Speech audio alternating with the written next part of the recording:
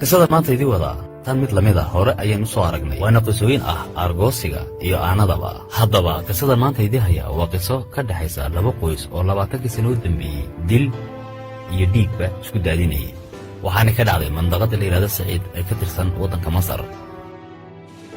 annaguna waxaan jecelnahay in laga warhayo oo arigooguna uu khayr ku dhamaado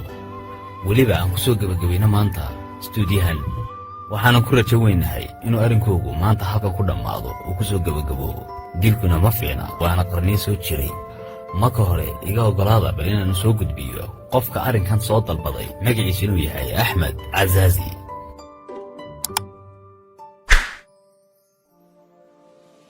أهلا وسهلا أحمد يورا وندوها هي مدني إفريسو أحمد marka hore waan kaaga mahadnaqayaa geesinimada aad muujisay geesinimo dhaba waliba geesinimo wanaagsan in lagu daydana ay mudan tahay waliba waan arkayaa inaad wadato kafan dabcan kafankan aad wadataana micna ayaad ka leedahay waanan dareensanahay qof hadduu kafankiisa wato waxaa laga yaabaa in cidis hayaan marka hore bal arinkan ayaan diga warrami doonaa marka hore Axmed wuxuu lahaa saaxiib la yiraahdo Asad oo ka tirsan isla magaalada Sohaaji la yiraahdo oo ka tirsan Saciid waxay ahaan jireen dhalinyaro asxaaba ilaa ay maalin khilaaf soo kala dhex maray Saciid inaadeerkii iyo Axmed walaalkiiba waxaana isku qabsadeen amba khilaafkoodu ka dhex dhashay dhul halkaana waxaa ka dhacay dil waxaana laga dilay saaxiibkii ayladiisa amba qoyskiisaba colaadii ayaa ku dheeraatay oo isku bedeshay aano dil iyo aarsi muddo sannadaa sheekadu waa sii weynaatay waxayna noqotay qoyskanina wax laga dilo aduu muddooyin baa arrinkaasi socday labada reerood ah qiyaastiina waxay kala dileen shan baa anaga laga dilay iyagana shan idinka la idiga dilay 7 iyaga laga dilay miyaa sidaa halka 12 qof ayaa ku nafi waayay oo labada dhinac ka soo jeeda muddo intee laga ii socday khilaafkani aduu ilaa 10 sano dabcan miyaan jirin micnaha madax dhaqameed iyo wadaado ka shaqeeya nabadeenta oo isku dayeen dadka micnaha markii hore wayna soo dhex galeen laakiin arrinkii markay xalin waayeen hawshii halkii ayay ka sii socotay markii dambena dawladda ayaa soo dhex gashay dawladdiina iyagii u taagweyday labadoodii dhinacna wax isu tanaasulo waa laga waayay adiga dib ahaan cid laga dilay ma jirtaa markaa dad aad isku faamiltihiin dabcan shantuba waa reerka iyaga 7 kalena saaxiibkay reerkiisa ayay ka soo jeedaan marka la qiyaaso dhammaantiinba intee baad isku tihiin bal tirahaan adigu 800 meelahaas ayaanu nahay 800 oo saaxiibka labada ay reerboon siman waxaad leedahay idinku 800 ayaa shan laydiga dilay iyaguna 800 ayaa laga dilay 7 dadkii khilaafkan iyo dagaalkan uu ku bilaabmay hadda ma joogaan laakiinse dhaqan ahaan waxaan u leenahay in cadaawad haddii ay bilaabmato ay socoto jiilba jiil oo dilkina sidaasi uu ku bato magtana reerka ayaa wada bixiya balse iyagu dhankooda way diideen miyaa way diideen oo waxay doonayaan inay u aargudaan oo dabadeedna tiradu saasi ku sinaato caadadanna hadda naguma cusbee waa caado hore u soo jirtay haddii qolo 3 laga dilo qolada kalena 4 laga dilo ma joogsadaan oo waxay doonayaan inay tiradu sinaato haddii qolada kale 4 laga dilana sidaas isle marka weliga sidaas ay u soconaysaa haddii aan nabad ugu tegi lahaa oo nabad u soo bandhigi lahaana waa ogahay oo ay dilayaan oo naftayda ayaan u baqanayaaba labada dhinacna dadku way hubeysan yihiin oo dhammaantiinba wad hubeysantiin reerka iyaga iyo reerkooduba iskuma iman karaan oo labada dhinacba way hubeysan yihiin haddaanu magaalo u baxaynana nin waliba waa inuu hubkiisa iyo qorigiisaba sitaa oo markaa qofka jaanis ku helaan way dilayaan amba dhankiina ha noqdo amba dhankoogaba ha noqdee in adeerkayba taasi oo kale lagu dilay iyagana sidoo kale taasi mid lamid ayaa ku dhacday oo labada dhinacba isuma tallaabaan oo way dhinteen way dhinteen haddii aysan arrintani joogsaninna weligeed waa soconaysaa maanta waxaad la timid arrin geesinimo leh ood weliba doonayso inay nabadi ka dhalato ood kafankaagana u wadataa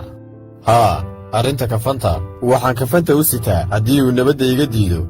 inuu halkan igu dilaba wixii dhacay way dhaceen waxaan doonaynaa in halkan in nabad ay ka dhalato oo wixii mag lagu dhammayn karaya lagu dhammeeyo dhiiggan dhiigga lagu abaalgudayo inaanu joojinno haddii la iscafinayana halkeeda ayay taallaa dagaallo wiil kuma dhashee wiil baa ku dhinta anigu dagaal dooni maayo haddiise arrinku halkan uu ku dhammaado wax walbo iyagu igu xujeeyaan diyaar baan u ahay inaan u sameeyo igama ah cabsi may anigu ehelkayga lama rabo dhibkan inay ku sii jiraan iyaga laftigoodana lama rabo iyagana yacni waxaad ka waddaa adiga haddii maanta adiga ku gafto in owlaaddaada amba ehelkaaga haa dabcan amba qaar ka mid a baashu dhammaan mayso adigu laakiin maxaad u dooratay ascad bal ii sheeg isagu wuxuu la dhashay qofkii ay dhibaatadaniba ka dhacday walaalkii ascad walaalkii ayuu dhibkanba ka bilaabmay miyaa haa isagu ka bilaabmay waxaad ilahayd ascad saaxiibkaabuu ahaa haa isaga saaxiibbaan u ahay saaxiibo yaraantiina haa iminkana ma wada hadashaanba haa in badan saaxiibbo aad isugu weyn ayaanu ahayn adigu hadda ehelkaagii miyaad la hadashay oo ma u sheegtay inaad imanaysa stuudiyahan oo may kugu ogol yihiin waan rabay inaan u sheego laakiin ma ogol yihiin markaa raalli kama ahayn raalli kama ahayn aduunbaa go'aansaday tan haa dabcan anuunbaa go'aansaday filo inaad heshiisaan ood dib isugu noqotaan haddii aad heshiisaan ma idinkoo keliyunbaa heshiinayaa mise arrinku wuxuu saameynayaa ehelkao dhan anigu waxaan doonayaa inaan annaguna heshiinno kadibna aan isu keenno qoysaska haa waxaad doonaysaan inaad labada reerood baa isku keentaan aduunaa ka talisaan haa saasaan yaan rabaa waan kaaga mahad celinayaa geesinimadaad muujisay hadda anigu fadhiintii waan gaarsiiyey bal aan eegno sidii u gaadhay iyo siduu u waafaqayba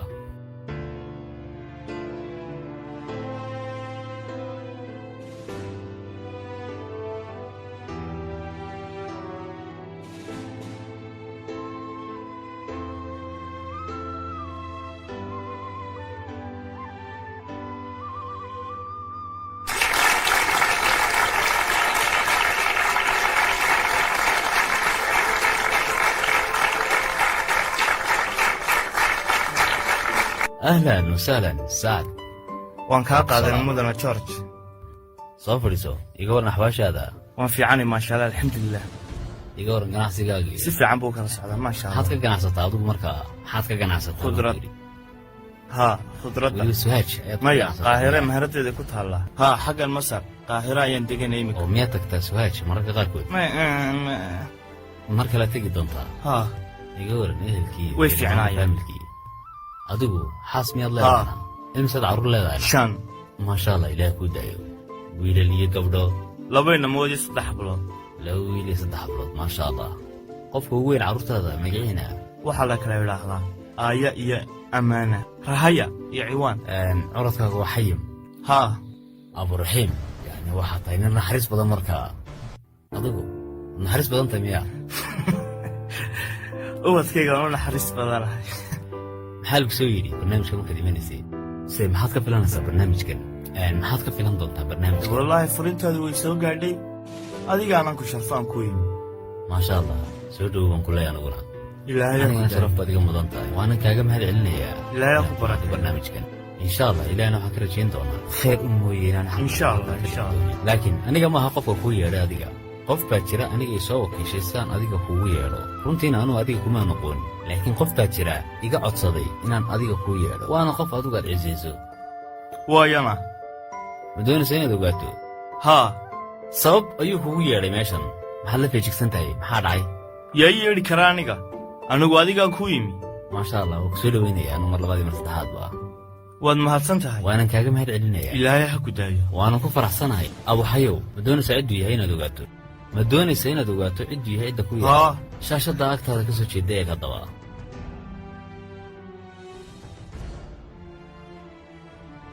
ninkaan igu yeedhay ma garanaysaa waxaa naga dhexeeya ma fadhiisanayo ii sheeg sababta ninkan igu yeedhay ilaahay ha ku daayo waa maxay waxaanaad samaynaysaa anakii ninka ma dhiig baana dhex yaalla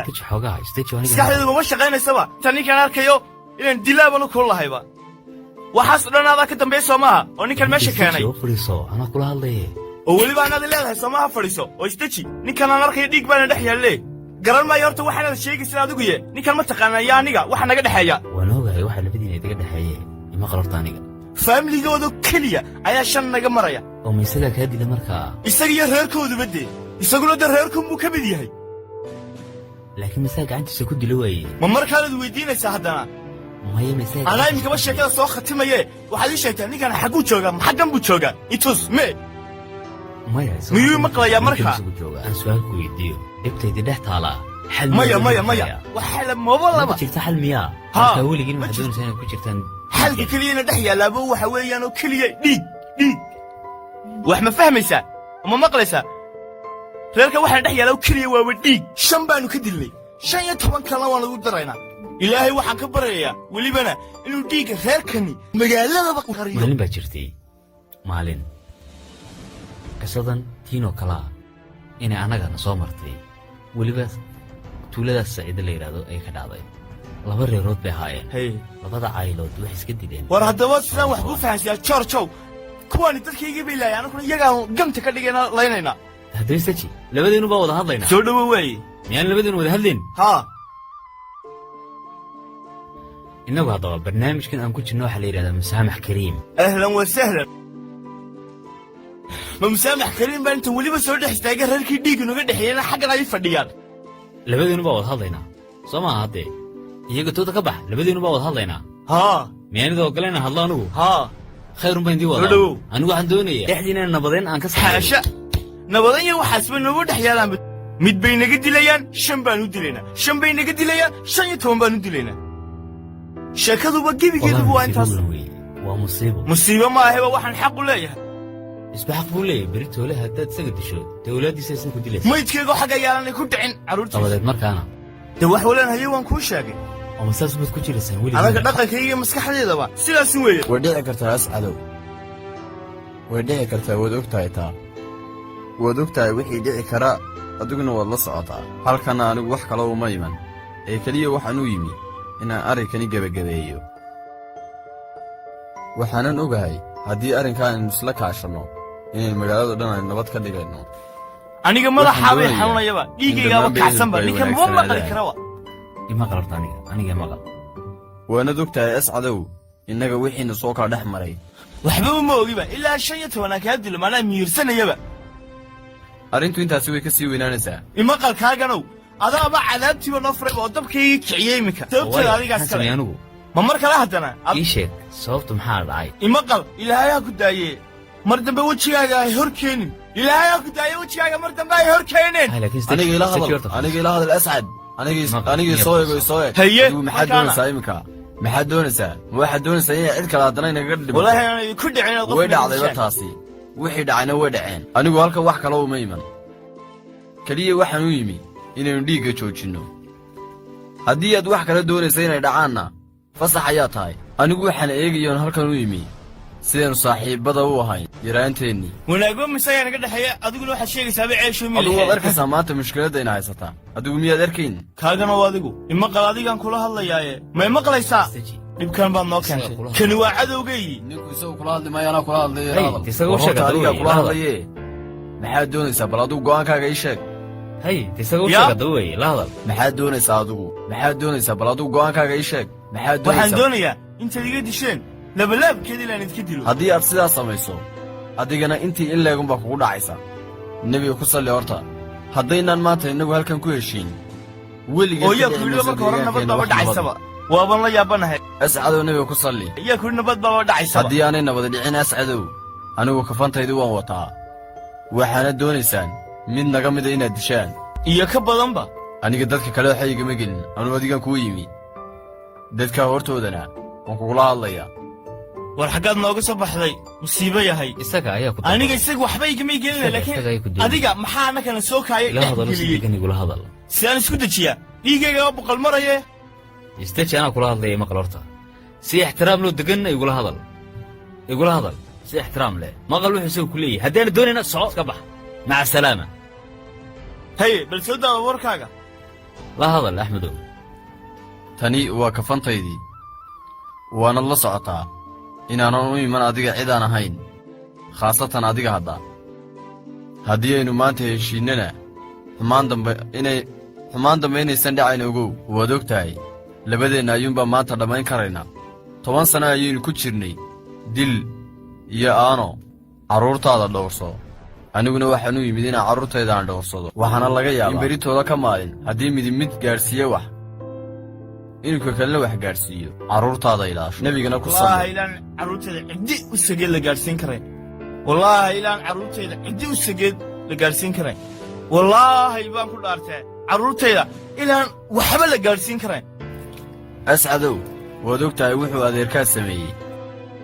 waanad og tahay wixii ibtilaaya ka dhacday bes walaalkayow bes maxaad iga dalbanaysaa mudane anigu waxaan kaa doonaya inaad maqasho ood weliba isdejiso sababtoo ah noloshu way iftilo badan tahay waxaynan ka hadlaynaa mustaqbalka ubadkeenna anigu wanaag iyo khayr baan idinla rabaa shar uma socdo waxaan halkan kuugu yeedhay inaan khayr ku wada hadalno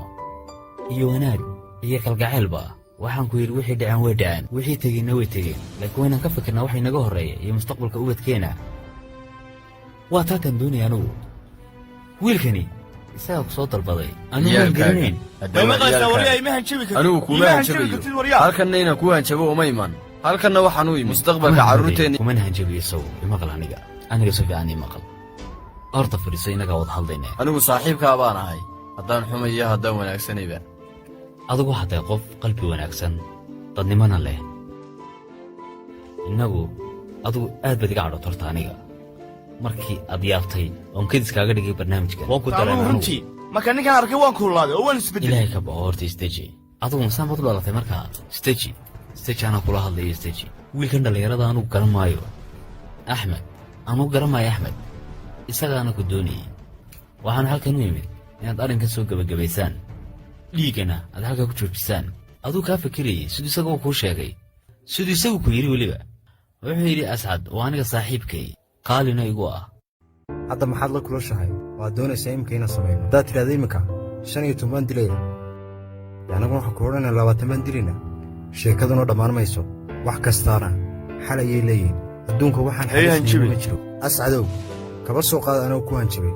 iminka haddaan saan ku jirno isbeddel miyaan helaynaa maxaad doonaysaa iminka inaan ku soo hagaajino ku gabagabayno anuu ma garan ninkan wuxuu iga doonayo aniga ay la hadlin isaga la hadal u jawaab waa maxay dantaad iga leedahay maxaan ku idhahdaa markaa dee waxaad doonaysaa mid naga mid a isagoo kafantiisita inaan inii keenno haa anigaa raalli kaa aniguna aniga yimi adaana weliba kuu yimi soo raalli kama tihid iga jawaab aniga haa dhimashadayda ma ku qaboobaysaa cid ka hor taagan ma leh soo dhaqaaqo kaalay dil anu waan garanayaa sida naftayda u xakameeyo ee adigu naftaada ma xakamayn kartaa waan xakamayn karaa bes walaal haddaba dhiigga naga daaya dhiig faa'iido ma leh walaal bes haddaba dadka inaan dhimin inaga daaya aan wanaag iyo nabad ka talinno dad ceeshiyo milaxayno isacad haye waayahay haye axmedow bartaan dhiigga ku joojinno bes haye waayahay hadda iminka adigu georgiyow raalli gelin karayno ee ilaahay baan raalli gelinaynaa anigu waxaan doonayaa un wanaaguun adugu waad iga xanaaqday aniga maxaad iminka rabtaad ku degaysaa oo markii labadaan ku dhahee hal eray baan ku dhahayaa saaxiibkayow dilkan wuu nagu sii badanayaa haddii idinka wax dishaan idinkana way nagala dilayaa bes bartaan ku joojinno anigu hal mid baan adiga ku odhanaya iyo dadkiina adigu ma ka adkaanaysa haa annaga dadkaygoo dhan kelmadda keliyaan ku weydiin iga jawaab axmedow haa madaxay wada saaran yihin ma ka adag tahay waan ku idhi oo aanay mar dambe weerar dambe soo qaadayn haa dib dambe sooma dhacayaan hadday mar dambe dhibaatadan oo kale dib u soo cusboonaato u soo noqoto yaa ka mas-uula ma george baa ka mas-uula mise adiga haa xubnahayga googo'an baan kuu keenayaa hadday saasi dhacdo imaqal aniga hadda hooy imaqal adigu walaalkayow adigu nin weyn baatay wax kastana waad garanaysaa ilaahay aan ka baqanno dhiiggan aan iska dayno markaan ku leeyahay aan halkaa ku joojinno bes adiga kaa baqanaya maaha laakiin waa cabsi ilaahay aan ka baqanayno waxaanan u baqanaya ubadkeenna kuwaagiyo kuwayga iyo mustaqbalkooda dambe haye waaye bes weedhanta